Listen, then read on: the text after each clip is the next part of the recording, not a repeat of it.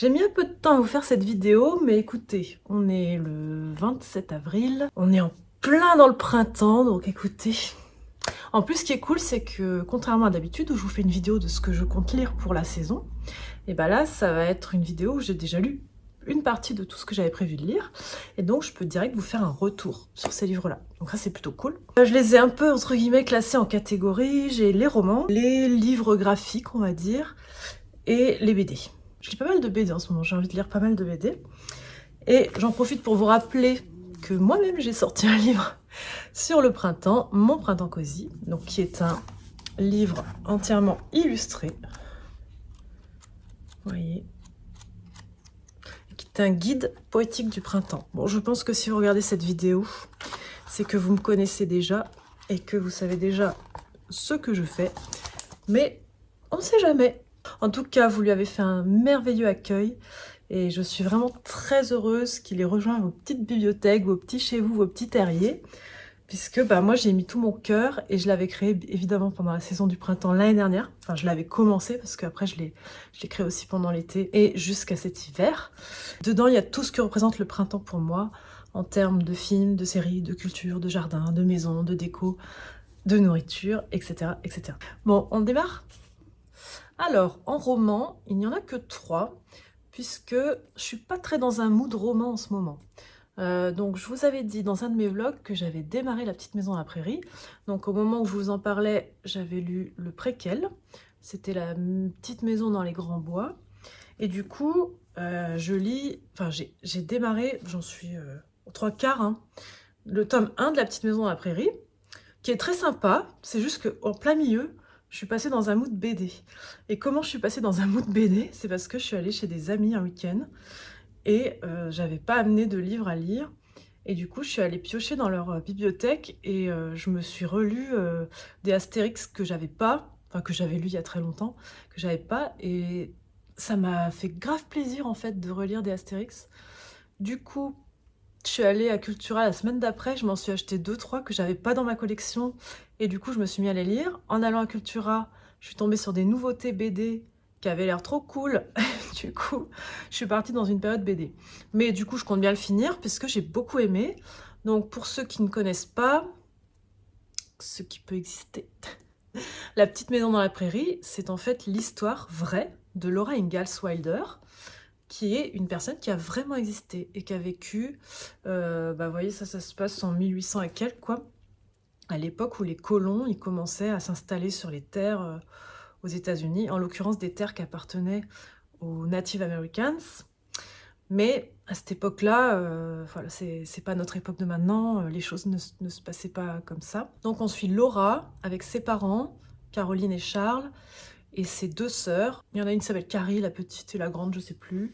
Et ça montre comment tout leur voyage, comment ils s'installent à un endroit, comment ils construisent leur maison, comment ils vivent à cette époque-là, comment la société commence à s'organiser, parce que c'était plutôt des gens qui vivaient un peu chacun de leur côté, qui s'autosuffisaient au niveau nourriture. Même Charles Ingalls, il construit sa propre maison. Bon, je m'étends pas plus parce que je vous en ai déjà longuement parlé dans le vlog, mais en tout cas, c'est une lecture vraiment très agréable. C'est léger tout en étant très instructif et dépaysant.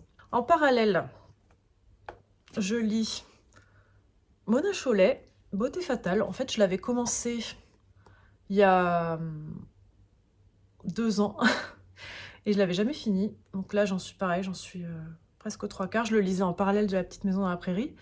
Et j'aime beaucoup cette lecture, elle me fait prendre conscience de plein de choses sur la condition féminine au fil des siècles, et puis ce qu'elle est devenue maintenant, comment le culte de la minceur s'est installé, comment le culte de la beauté et toute l'économie de la beauté s'est installée.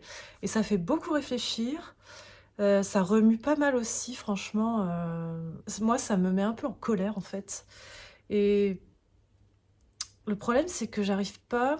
en ce moment, je suis très attirée par la lecture un peu comme ça. J'ai acheté le dernier livre de Ovidie et j'avais acheté aussi le livre de Mona Chollet sur Réinventer l'amour, en prenant en compte tous ces combats qu'on mène en tant que femme. Comment être heureux dans un couple hétérosexuel quand on mène des combats de femmes comme ça. Je pense que... Je l'ai pas lu, mais je pense que c'est pour trouver la paix avec les hommes et pas être dans le combat avec les hommes. mais en tout cas, ça combat le patriarcat, ça c'est sûr. Donc, Beauté fatale, très très intéressant. J'ai souvent envie d'en parler à tout mon entourage, mais le problème, c'est que tout le monde n'est pas prêt, je pense. Même moi, je pense qu'il y a quelques années, j'étais pas prête à entendre tout ce qu'il y avait écrit là-dedans. J'ai carrément participé à toute cette économie de la beauté, puisque à la vingtaine, j'ai eu un blog beauté à un moment donné.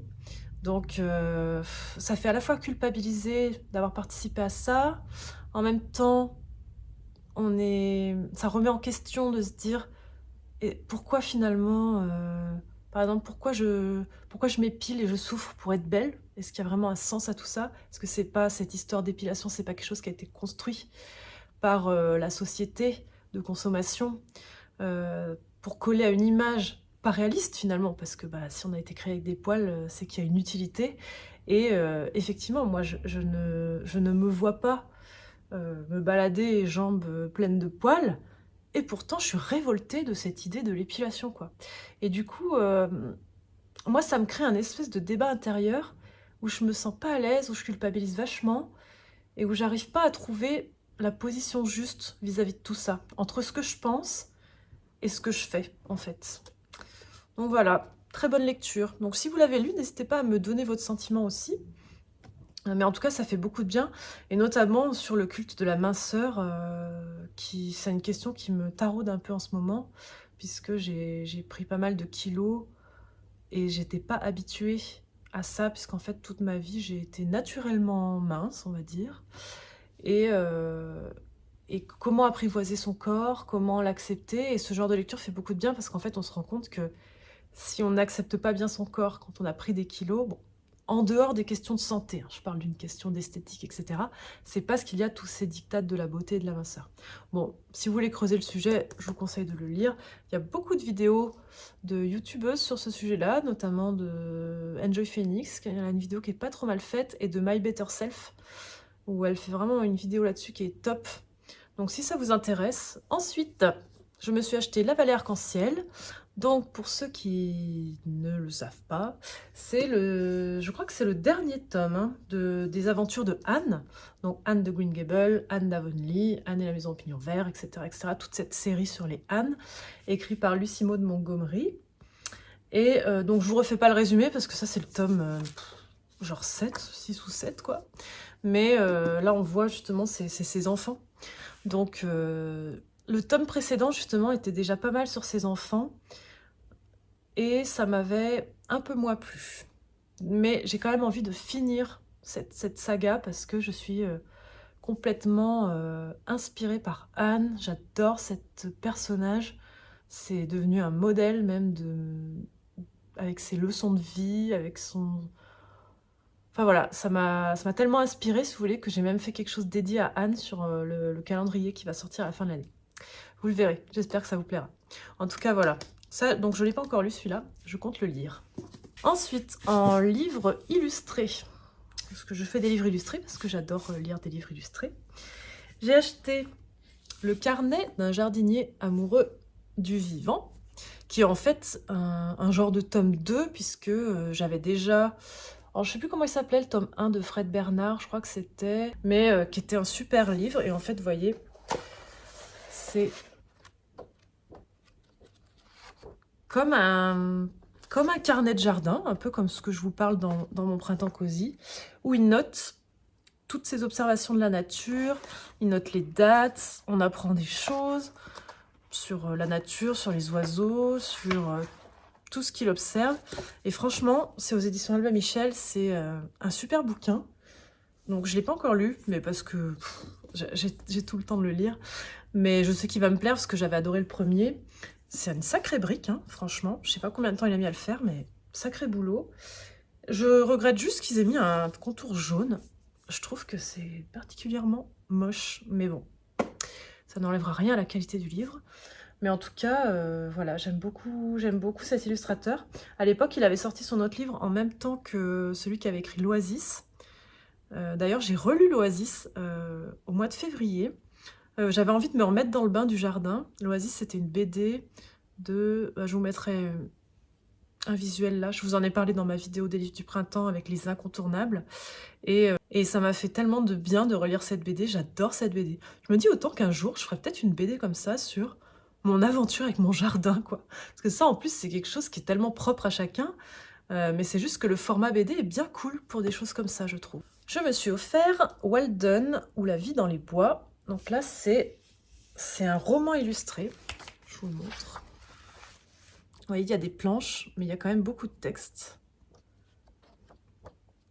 Et donc, Walden ou La vie dans les bois, c'est un livre qui est très connu de Henry David Thoreau. En fait, c'est un livre qui est devenu culte, c'est un livre américain qui est devenu culte et c'était le premier livre de nature writing, ce qu'ils appelaient. Donc, le nature writing, c'est les livres qui décrivent un peu les promenades dans la nature. Enfin, c'est des livres avec le thème de la nature qui est vraiment représenté. Et donc, ça, c'était Henry David Thoreau. C'est un écrivain, je crois, qui avait besoin de se couper un peu de son quotidien parce que, bon, même à l'époque, il faisait un genre de burn-out, hein, je crois. C'est le mot que j'utilise, mais c'est pas du tout ça qui est dit dans le livre. Et qui est parti faire un ermitage, et donc qui raconte son ermitage sur comment il s'est reconnecté à la nature, comment il a retrouvé un sens à sa vie, etc. Donc c'est un texte classique que j'ai acheté en roman. En fait, je l'ai offert à mon conjoint parce qu'il adore un peu les livres de ce genre. Et quand je l'ai vu là en illustré, je me suis dit, bah moi je vais peut-être le lire en illustré. Voilà. Donc je ne l'ai pas encore lu, c'est une sacrée brique aussi. Mais je pense qu'il peut être très chouette. Les illustrations sont de Troubs. Je sais pas qui c'est. Je pense que c'est un illustrateur de BD parce que c'est très BD dedans, vous voyez. Mais il a un beau trait. C'est très très joli. Ensuite, du coup, je passe naturellement au BD. Donc, en BD, je me suis acheté celui-ci sur une de vos recommandations. Le potager rocambole. Donc, la vie d'un jardin biologique. Donc, ça suit Laurent Houssin et Luc Bienvenu. Il y en a un des deux qui a créé un jardin qui s'appelle le jardin rocambole, où on peut aller, je crois. Je crois qu'on peut le visiter. Et l'autre, c'est l'illustrateur, qui fait, entre guillemets, un reportage sur lui. Et je me suis dit, bah, génial. Vous voyez, c'est comme ça. Ça explique comment est constituée la terre, qu'est-ce qu'il faut faire dans son jardin, et pourquoi, etc. Un peu à la manière de l'Oasis, mais en beaucoup plus... je sais pas comment dire. Limite, ça va trop loin dans le scientifique. Ça va vraiment... C'est très intéressant, mais c'est pas du coup une lecture facile. Ça va hyper loin dans les micro-organismes qui sont dans le sol et qui font ci et qui font ça. Bon, encore ça, c'est intéressant. Mais par contre, on suit Enfin, d'ailleurs, ils le disent en intro, que la personnalité sur laquelle ils font la BD, donc lui, je crois, enfin, celui qui a fait le jardin rocambole, quoi, le potager rocambole, c'est quelqu'un de particulier qui a des idées bien arrêtées et qui est un peu grande gueule. Et c'est vrai que ça, c'est un peu pesant tout le long du livre. Moi, ça m'a dérangée à tel point que franchement, je me suis arrêtée aux 3/4, j'en avais marre. C'était pas devenu une lecture agréable, c'était quelque chose de trop engagé, de trop critique envers certaines manières de faire, etc. Et j'aime pas trop... Enfin, ça m'a pas trop plu, quoi. Donc, lisez-le s'il vous fait envie, parce que bah, c'est quand même hyper intéressant, hyper documenté, etc. Mais si vous voulez quelque chose de beaucoup plus agréable et de beaucoup plus où on s'émerveille, etc., il vaut mieux lire l'Oasis que de lire Le potager rocambole. Donc je sais pas la personne qui me l'a conseillé, si elle l'a lu ou pas. Je pense pas qu'elle l'avait lu au moment où elle me l'a conseillé, mais ça avait tout pour me plaire, évidemment. Ensuite, j'ai lu Par la force des arbres. Donc ça, pareil, c'est une BD illustrée. Donc en fait, on suit Edward Cortés, donc qui est ce monsieur. Donc ça se passe en France, ça se passe dans le Périgord noir. Ce monsieur, en fait, il était paysan et il a subi des déconvenues dans son métier parce qu'en fait, le métier de paysan de nos jours, c'est devenu compliqué. C'est pas juste être au contact de la nature, il y a beaucoup d'administratifs, beaucoup de normes, beaucoup de choses qui ont pesé sur son travail, qui fait que ça s'est pas bien passé et il a fait du coup une espèce de dépression. Enfin, il a fait une dépression en fait suite à l'arrêt de son métier. Et il a carrément fait aussi un rejet un peu de la civilisation moderne, ce qui peut se comprendre. Et du coup, il avait besoin de se retrouver en ermitage aussi, sauf que à notre époque, c'est beaucoup plus compliqué de faire un ermitage. En fait, un semi-ermitage, parce que vous allez voir. Et donc, en fait, donc ça se passe dans le Périgord noir. Il a construit une cabane dans une forêt où il va beaucoup, qui est très peu fréquentée, très sauvage.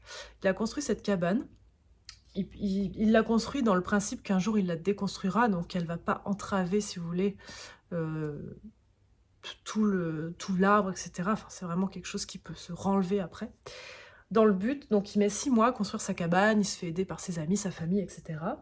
Et après, il va y vivre plusieurs mois. Et donc on suit toute cette histoire. En fait, on suit la décision de faire ça, la construction de la cabane, et tout ce qui va se passer dans la cabane. Et en fait, tous les dimanches, quand même, il y a sa femme et ses enfants qui vont venir le voir. Mais on va voir que lui, en tout cas, il va vivre une renaissance au contact de la nature, parce que déjà, il va se reconnecter totalement à la nature. Il va changer son rapport au temps, il va changer son rapport à la météo, il va beaucoup observer la nature, et donc tout ça, ça va être documenté dans la BD. Vous voyez, hop.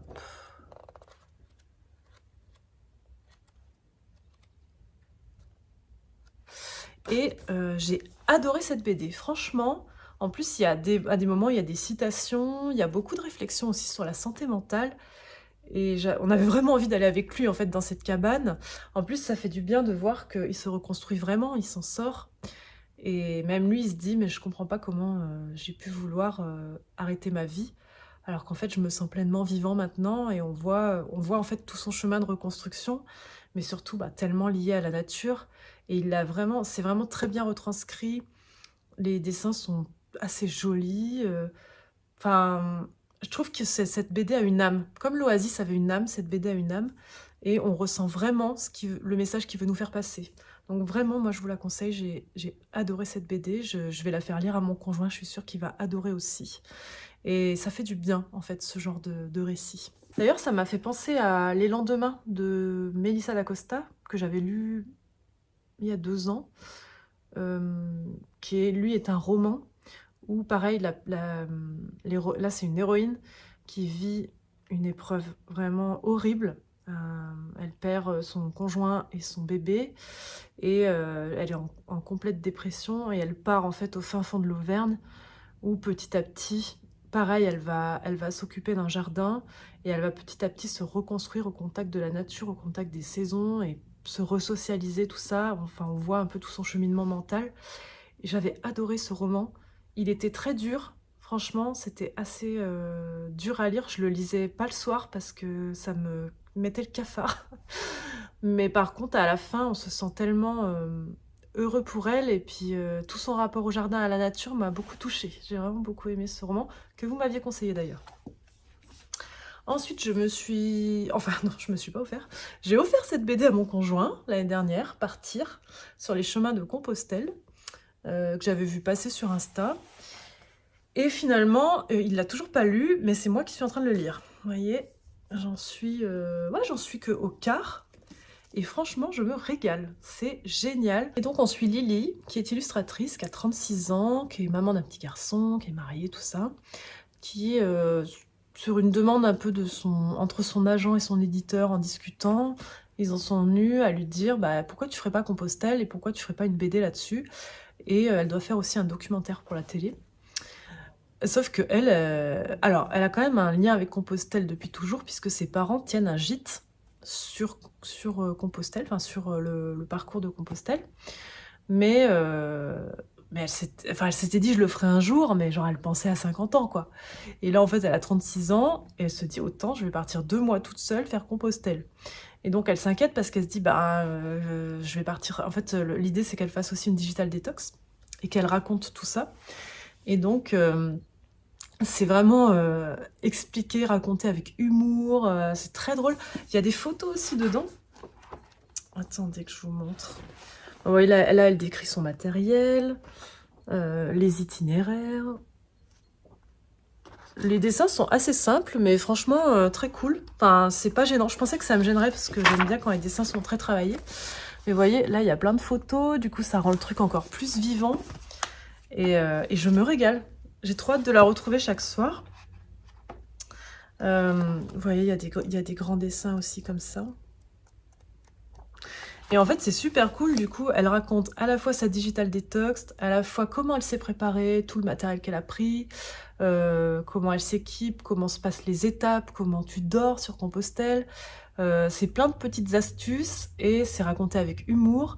Et elle m'a fait trop rire parce qu'elle s'est dit... parce que moi, j'ai fait une digital detox il y a une semaine et demie, là, quand je suis partie dans le sud. Et elle disait, mais que vont penser mes followers?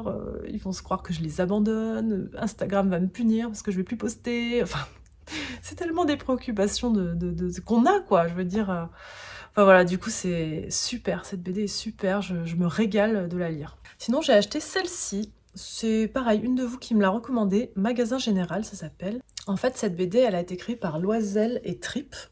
Donc moi, je connais Loisel et j'adore son travail. C'est celui qui a écrit les BD sur Peter Pan et La quête de l'oiseau du temps que j'adore. J'adore son trait, en fait. Mais je connaissais pas Trip. Et en fait, il se trouve que donc ils sont québécois, je crois, tous les deux. Et il se trouve qu'ils partagent le même atelier de travail. Ils travaillent dans le même atelier, chacun sur leur projet, mais ils travaillent dans le même atelier. Et du coup, ils se sont dit, bah, on aimerait bien travailler ensemble, faire un projet ensemble. Et c'est ce qu'ils ont fait avec Magasin Général. Donc, c'est deux artistes qui travaillent ensemble. Donc, ils expliquent un petit peu leur procédé. Il y en a un qui fait le premier jet, l'autre après qui vient imposer un peu son style. Sacré défi, même technique, je veux dire. Et donc, ça se passe en 1926 dans un tout petit village québécois. Et ça raconte l'histoire d'une fille, comment elle s'appelle? Bah, Marie, qui tient le magasin Général. Et donc ça raconte l'histoire d'un petit village et d'un nouvel arrivant dans ce village, est-ce que ça va le bouleverser, etc. Je sais que l'une de vous m'a conseillé cette BD parce que j'adore les histoires qui se passent dans des villages où bah, y a tout un petit microcosme, tout un tas de petites aventures, un peu comme dans Gilmore Girls, un peu comme dans voilà, toutes ces séries qu'on adore, ou dans Astérix.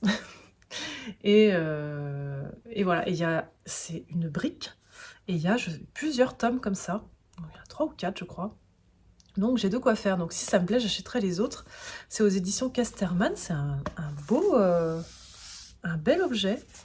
Je suis vraiment contente. Je m'attendais pas à quelque chose d'aussi mastoc. Je l'ai commandé en ligne.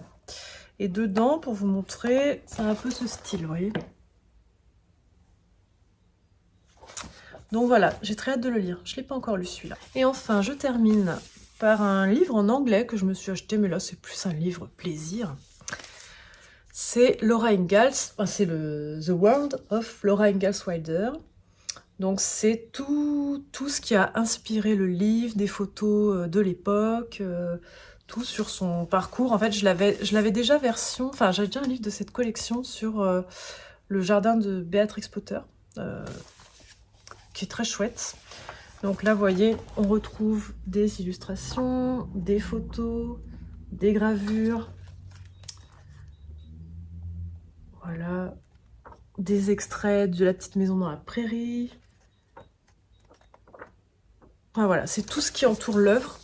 Et je vais me régaler à le lire. J'espère que je vais comprendre parce que je ne suis pas non plus bilingue anglais. Hein, donc je vais me débrouiller comme je peux.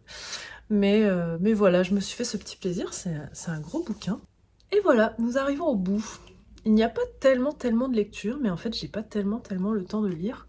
Je vous dirais que j'ai pas mal de travail en ce moment, entre le début du livre d'été, le travail sur les projets de fin d'année, j'ai peut-être des collabs qui se rajoutent au milieu, la traduction du livre en anglais, faut qu'on le fasse réimprimer, faut qu'on réfléchisse à comment on va le distribuer. Donc j'ai tout ça mis bout à bout, je travaille pas mal le soir en ce moment, et j'ai du mal à trouver beaucoup de temps pour lire, et c'est peut-être pour ça que j'ai besoin de lire des BD en ce moment, parce que ça m'évade encore plus. Cela dit, j'arrive bien à m'évader avec les livres, hein. Mais je suis dans une période BD.